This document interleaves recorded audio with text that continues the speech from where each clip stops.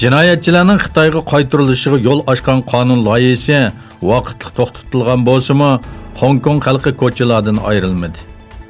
Hong Kongda jinoyatchilarning Xitoyga qaytarilishini osonlashtirilgan qonun loyihasiga qarshi namoyishlar bir haftadan buyon davomlashmoqda.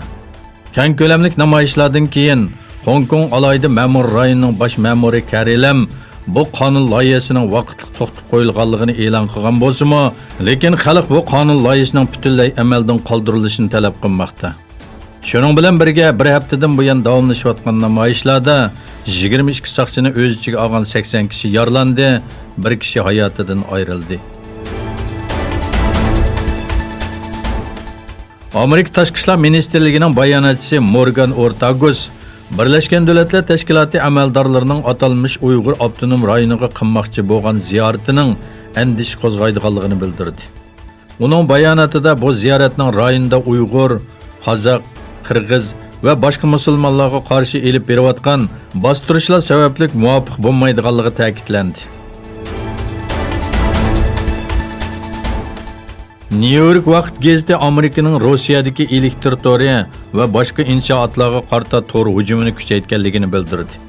New York vaqt gazetining sobiq va hozir vazifa o'tayotgan hukumat xodimlarini naql qilib bergan xabarda aytilishicha, Rossiyaning Amerika saylamiga daxl qilganligiga qarshi Rossiyaning elektr tori va boshqa inshootlarga maxfiy holda hujum xarakterli programmalar avatilgan. Bu hujumlar haqida tafsiliy ma'lumot berishni rad qilgan bir yuqori darajalik istixborot xodimi o'tgan yili tor hujumi texmi keskinlashdi. Bir necha yil burun tasavvur qilib boqmagan ishlarni qilyapmiz degan.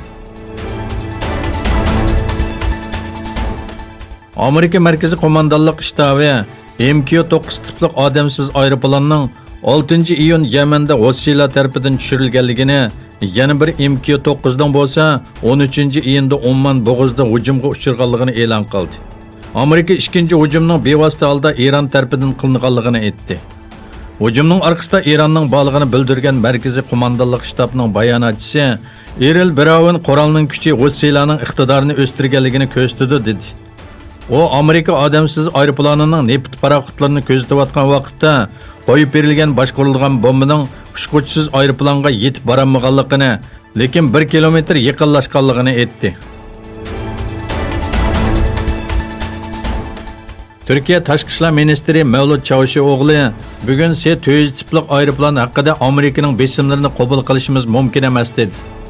Çavuşoğlu har qaysi taraflar bilan muzokara elib bora oladiganligini ta'kidlab, diplomatik yo'llarning har vaqt ochiq ekanligini bildirdi.